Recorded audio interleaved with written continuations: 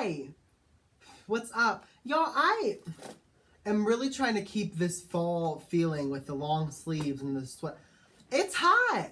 I am burning up. I have not stopped sweating since I stepped out of the shower. I'm tired of this. It's September. It's fall. Stop with the hot weather. What is up, you guys, and welcome back to my channel. If you're new here, hi, let's introduce ourselves. I'll start. My name is Chase, and I am a hot mess. I'm dying. I feel like I'm super off-center. Like, I know I'm normally off-center, but I feel like I'm even more off-center than usual. I don't know. The lighting, I hope it looks good. Anyway, yeah, so I'm a hot mess. Yeah. If you are a hot mess too, or if you like hot messes, or if you're intrigued by this mess, then subscribe and become a member of the Hot Mess Express. I guess you're not really a member, you're more of like a passenger. But whatever, join. You'll be on the Hot Mess Express and this train doesn't stop. It goes full steam ahead, baby. It doesn't stop. So last week I didn't have these lights on, but I had the tree on. And this week they flip-flopped. You just never know what you're going to get with me, really. Can I move over some? Let me see if I can move over a little bit more. Oh, that's better. That is a lot better. There we go. I'm not doing the whole introduction again, but look at my cute screensaver. It's Halloween. It's called like Halloween Ambiance. There is a witch that flies across. Hopefully you'll see her at some point in the video. I love these little fall Halloween spooky screensavers. Before we get into the video, I want to talk about the music or the album of the week. Last week's album of the week was Kesha's High Road. That is a really good album. I hadn't really like sat down and listened to the album until I was filming that video. It is so good. Good for Kesha. This week, we're listening to an album that I've never heard. I've only heard a few songs from this artist. It is called All the Monsters Are Human. I think that's what it's called. I actually call it All Monsters Are Human, but whatever. It's by K. Michelle, who is an R&B artist, and I'm excited to listen to the album while I film this video. In between me not talking. I guess I should get started with my makeup. Oh, I got a haircut. You see that? I don't look like a complete hobo anymore. Okay, hopefully I can stop dying of heat for a second so I can do my makeup because I'm dying. I'm not gonna lie to you guys. I really didn't feel like doing my makeup today. I almost debated. I was like, maybe I should just sit down and just talk and not do my makeup. But I feel like that'd kind of be boring to just watch me sit here and talk for 30 minutes straight without me doing anything, just me sitting here. Like, that's not fun. That's not a good time. So, I'm doing my makeup, but again, I'm just gonna go take it right back off. So, last week, what did we talk about? Last week, we talked about one of the most famous cryptoids in the world, the Loch Ness Monster, also known as Nessie. Okay, if you hear any weird noises or anything like that, it's just my ceiling fan. Yeah, I'm a mess today. Like, more than usual. Jeez, oh Pete. Last week, we talked about the Loch Ness Monster, aka Nessie, that lives in Scotland, in the Loch Ness in Scotland. Talked about what she looks like, you know, the history of the sightings and everything. Then I gave my 2 cents on if I thought she was real or not. Go watch it. I'll leave it linked down below if you're interested in seeing that video. Along with a playlist of all the spooky Saturdays I have made so far. There are 10. This is number 11. The first 8 are all about ghosts and haunted places in Mansfield. And then for the time being, we're taking a little break from that and we're talking about monsters. Which also, my mom, last night I think, was like, I don't think people are enjoying this as much. So this week, what are we talking about? What monster are we talking about? So I thought that I could not do this series without talking about Bigfoot. I think this is the one that everyone knows about. This is the most famous. This is the one that they have so many shows about it. People like become Bigfoot hunters as a job. And it's pretty much become something in popular culture. And well, that's really it. That was the end of that sentence. So I'm not gonna lie, I really was not, before going into this, familiar with Bigfoot or anything about this creature. So this was all brand new to me, and because of that, I have a lot of information. I don't have a whole lot of stories just because there are so many sightings and encounters. People say that they've seen Bigfoot, that it is just, I couldn't get all of them, and there were a few that were just like big ones that I feel like I had to talk about because they're the most notable ones. So if you want to do your own research, I will leave links down below, like I always do, of things that I found. And you can try to find some more stories, but these are stories that I thought were the most interesting, and also kind of the scariest and the coolest, and the ones that most of you probably know about, but maybe don't know the whole backstory of it. Also, changing the subject again, I have been home alone pretty much all day today, and I keep hearing things. And a lot of it are just like people outside, because like some windows are open and stuff. But like I was about to get, I was brushing my teeth or something, and I heard a loud crash from the basement. I'm the only one here, so unless the mice knock something over, it freaked me out though. Bigfoot is also called Sasquatch, which might be kind of confusing to some people. At first, when I first started researching, I thought they were two different people, or two different things. I thought there was a Bigfoot and then a Sasquatch. No, the same thing, just for some reason some people call it Bigfoot while others call it Sasquatch. And I'm not really sure where the name Sasquatch even comes from, like where they got that name or why they started calling it that, but they did. I don't want to use this brush. So Bigfoot is often described by the people that see it as a bipedal humanoid. It's also described as a primate that stands on 2 feet, so like a person. And there are a lot of different accounts of how tall Bigfoot is. I've found a lot of different things in these articles. So from what I can figure, Bigfoot is described between 6 and 15 feet tall. So she's big. She's very big. She would tower over me, honey. That would be a sight to see. Oh, that kind of rhymed. Bigfoot is described as having long arms, which you can see in some of the pictures that have been allegedly taken of Bigfoot. They have really long arms, and then their fur is all types of different colors. It's anywhere between a blackish or a brown or like a reddish color. And of course, it has big feet, hence the name Bigfoot. Duh. Now, there have been a lot of footprints caught from Bigfoot. Of course, people have caught a lot and casted them. You can find a lot of pictures online of Bigfoot feet, castings and stuff. But most of the footprints measure up to about 24 inches in length and 8 inches in width. So this thing has humongous feet. Duh.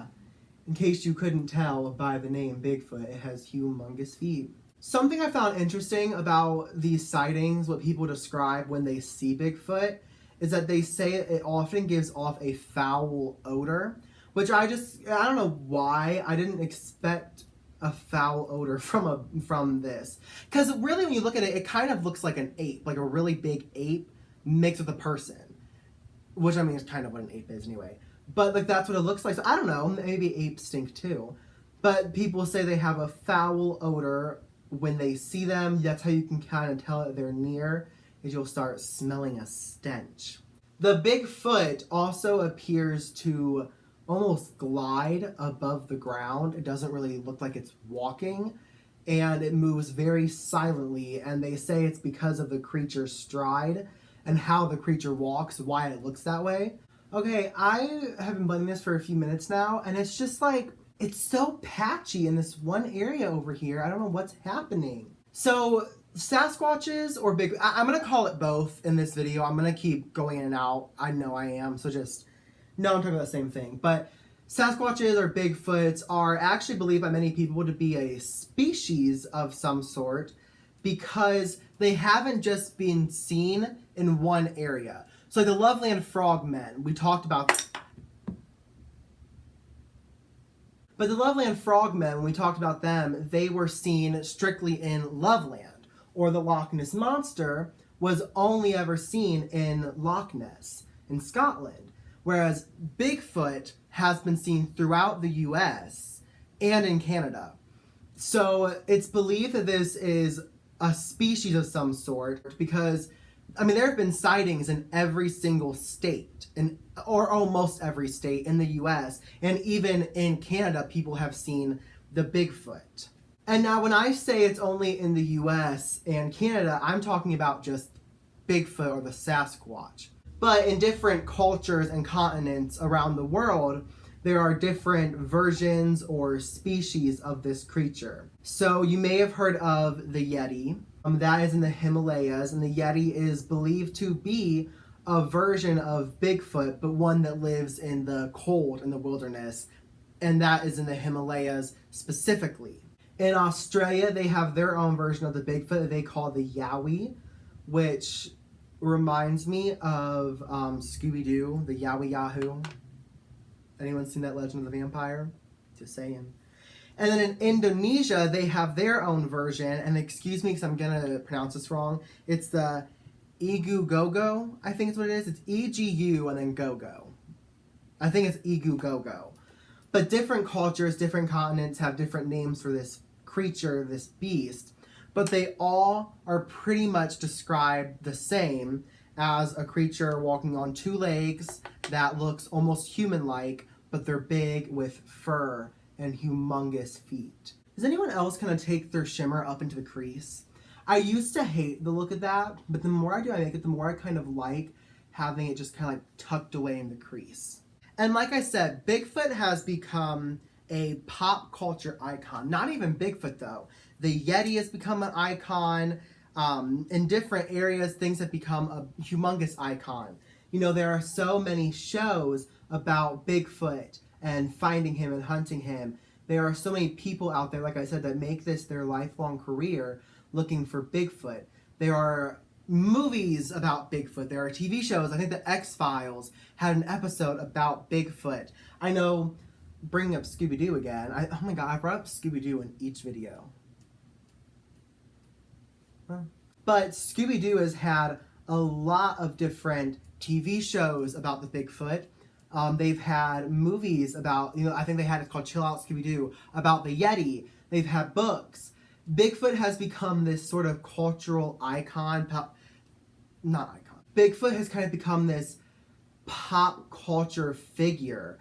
And most people who aren't even into the supernatural and the paranormal and stuff know who Bigfoot is because it's become this humongous thing. I've been filming for 23 minutes and all I've done is one eye. So I should also probably state, for this video, I am strictly talking about Bigfoot or the Sasquatch. I'm not talking about the Yeti. I'm not talking about the Yowie or anything like that. Those are different things. And even though they look the same, they are different from different continents. And so I am strictly talking about what people have seen in the US and in Canada. And I'm not going to touch on anywhere else because then we'd be here for forever. And we've already been here for a minute. So this color just isn't the tea. I'm going to go off camera and try to get this matte to work out for me and get it to kind of blend. And then I'll come back because this is just not working for me.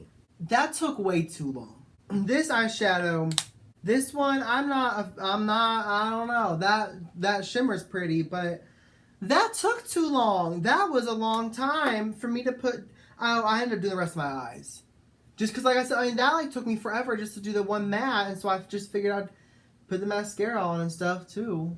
So Bigfoot is most commonly seen in Western Canada and then Northwestern United States. So northern part of California into Oregon and Washington are the most common places that people see Bigfoot.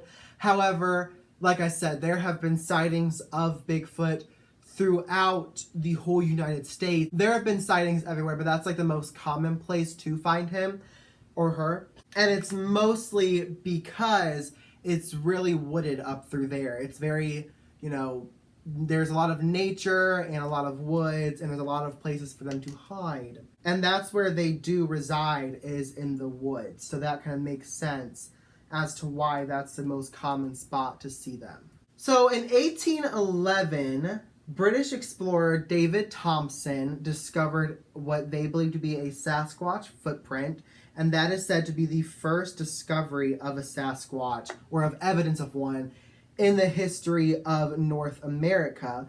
However, there were stories of Bigfoot way before then by Native American tribes, and they would describe an ape-like creature roaming the forest, and I believe this is in Washington, that area. Thompson was quoted in a writing that he did saying, quote, I'm going to mess this up. Spokans, I believe is the name. Spokans, the Spokans tribe.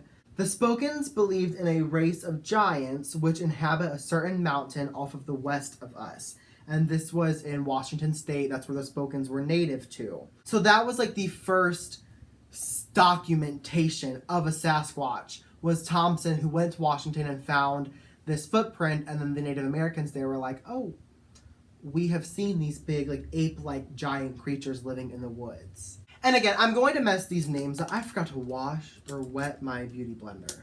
You know, I'm not going to go do it. And the name Bigfoot first gained attention by, and I'm going to pronounce this name wrong, so please forgive me, I believe it's Wyandot, which is another Native American tribe. Their chief used that name, and that's when it started gaining attention back in the 1830s. Kind of want to break this down like I broke down the Loveland Frogman video and the Loch Ness Monster video, where I told you some of the history and like its description and everything.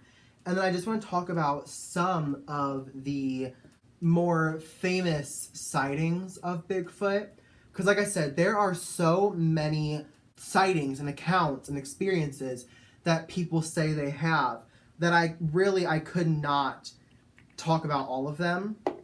So I just want to talk about some of the more famous ones. So one of the more famous accounts to this day of a Sasquatch or Bigfoot encounter was in 1957 when a man named Albert Ostman was searching for gold. And he was sleeping one night when he claimed that he felt someone carrying him. Like he was sleeping, and then he kind of woke up. He was in that half awake, half asleep state. And he said that it felt like someone was carrying him, but he didn't think anything of it, so he went back to sleep. And when he finally did wake up, he, quote, saw 8 feet tall Sasquatches with long arms and hairy bodies, except for the padded feet. So their feet, I guess, aren't hairy. I guess that's what he's saying here. And he claimed that it was like they were living in a family of some sort, kind of like how modern apes do. And a lot of people who heard this experience said that it's very similar to modern accounts of baboons stealing infants while they slept. I guess they would get confused thinking that they were their children, and so they would steal them. And it does sound very similar. However, Albert Ostman was not an infant, so that is where I'm kind of confused and lost, because he was a grown man and not an infant. So why would they get well, I guess since they're big, they would get confused maybe. I don't know. So for the most part, Sasquatches are considered to be pretty, I don't want to say friendly creatures, but they're tame. They're not known to be aggressive. They're more just kind of shy. They seem to be scared of people, and they don't like being near people or around them. However, that account changed one day in 1942, and this encounter has since become known as the Ape Canyon Encounter. And this, if true, is terrifying. This one's kind of a long one, so you might want to go, grab a snack and come on back, like Wendy always says, because this is a long encounter. They really, these people went through the digs, honey. So this encounter starts in the summer of 1942 in Washington State near Mount St. Helens.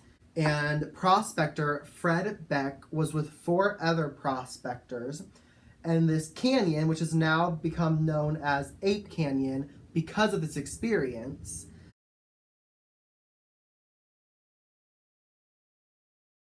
when they had a very terrifying encounter with what they described as a tribe of ape men. So this group had been prospecting this area for 6 years. So they've been there a very long time. And in those 6 years, they had found several large footprints and like tracks of them. They were able to follow them to a certain point. Some of the footprints were able to be made into cast and they were measured. And the largest footprint was 14 inches. And the prospectors weren't sure what was making this thing because they knew most of the animals and the creatures in that area since they've been there for 6 years.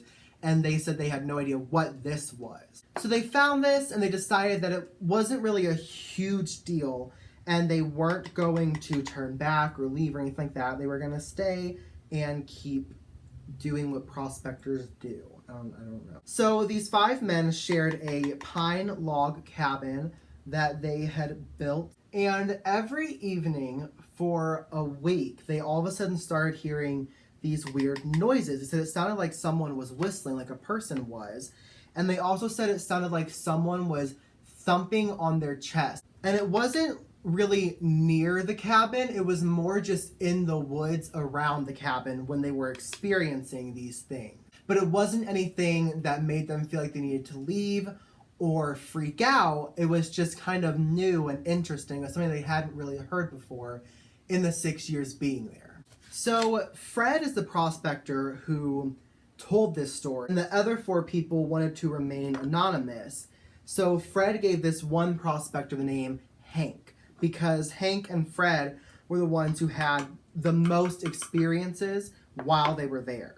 So one day, Hank and Fred were going to get water when Hank said that he saw a 7-foot hairy humanoid standing behind a tree watching Hank and Fred, not Frank.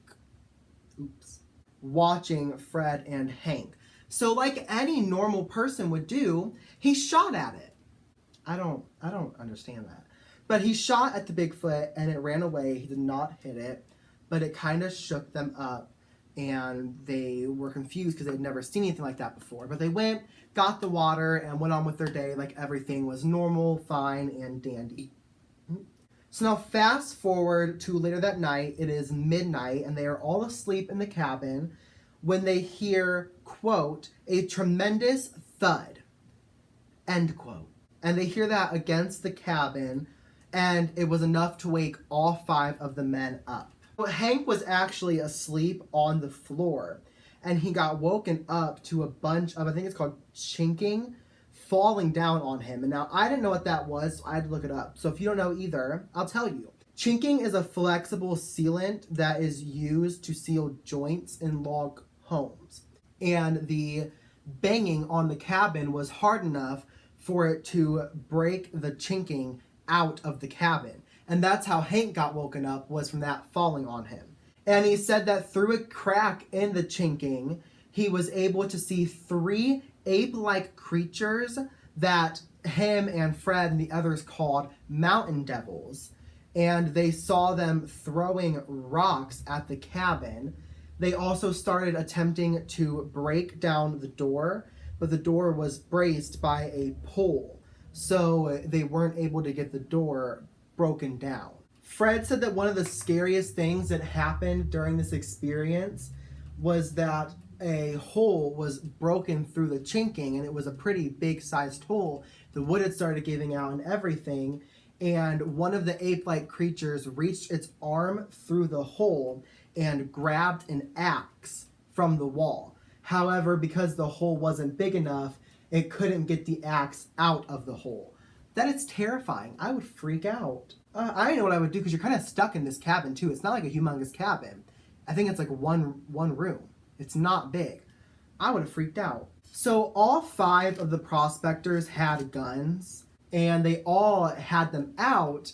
However, Fred said that the 3 prospectors kind of stood in a corner with their guns ready, but they didn't want to shoot at the creatures.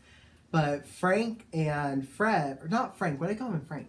But Hank and Fred were just ready. So they started shooting at the creatures. And Fred said they were trying to make it known that they would stop shooting at the creatures when the creatures would stop throwing stuff, because there were points where the creatures would stop, and when they would stop, Fred and Hank would stop shooting. But as soon as they would start throwing stuff again, they would start shooting again. And Fred said they were trying to make it known to the creatures that they weren't going to hurt them if they just stopped throwing rocks at their cabin. However, Hank just shot at one who was just staring at them. So that's a lie, Fred. This attack lasted all the way until sunrise, which I cannot imagine. Once it was bright enough for the prospectors to see, they left the cabin. Things had also quieted down quite a bit, so they felt like it was safe enough for them to leave the cabin without getting attacked or possibly murdered. Now, that is not the end of this experience, dear child. No, ma'am. There is way more to it. Sorry, I had to set my face. The thing keeps falling, and I'm going to throw it away. So as the prospectors were leaving, Fred said that he saw a mountain devil standing near the edge of the canyon watching them. So he shoots at it, which now, like, I can't really blame him because they did just attack him. So I can't really be like, how dare you? Because they did just attack them. Okay, E.L.F. This time he shot it and he did not miss. He hit the animal, it collapsed and then rolled down the gorge, which was 400 feet. And after that, the men left the canyon and Fred told their story and it became known nationwide. And now that canyon is actually called Ape Canyon because of this incident. Now here, this whole story, I'm kind of here for it. I'm like, yeah, that I can believe that. Like, that would be really crazy and scary.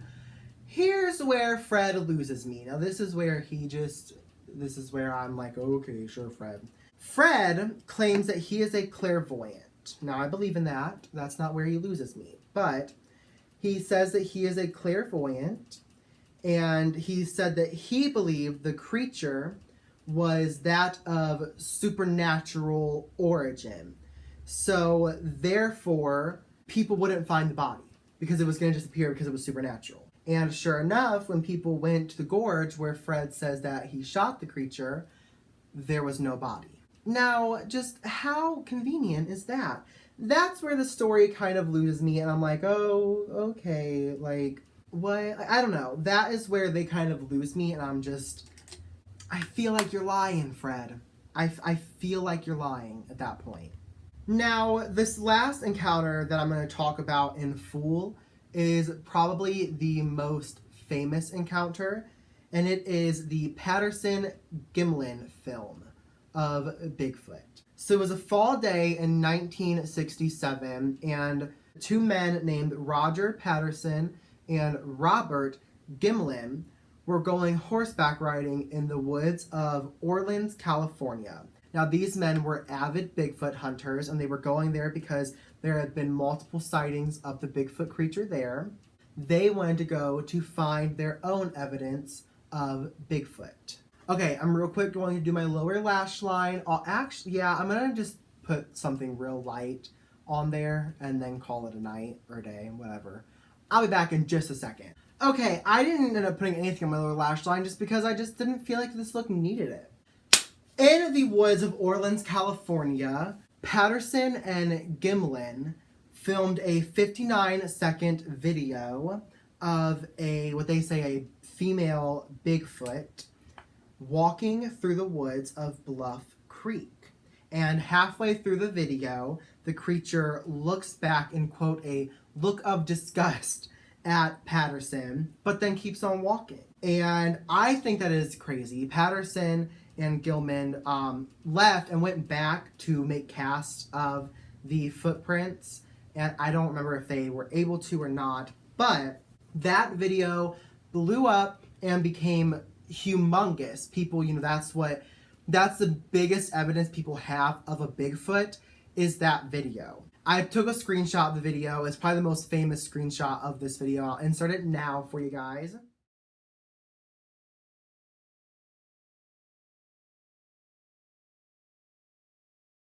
But of course there are your skeptics out there, and a lot of them believe that this is just a man in a costume, a man in a gorilla costume. However, Patterson, who has since passed away, went to his grave stating that that creature was real and that it was not staged. And Gimlin also says to this day that he has not been part of a hoax, and that video, to his knowledge, was real, and that was a real Bigfoot that they saw in those woods. I felt like this look called for a red lip, so here we are, another red lip.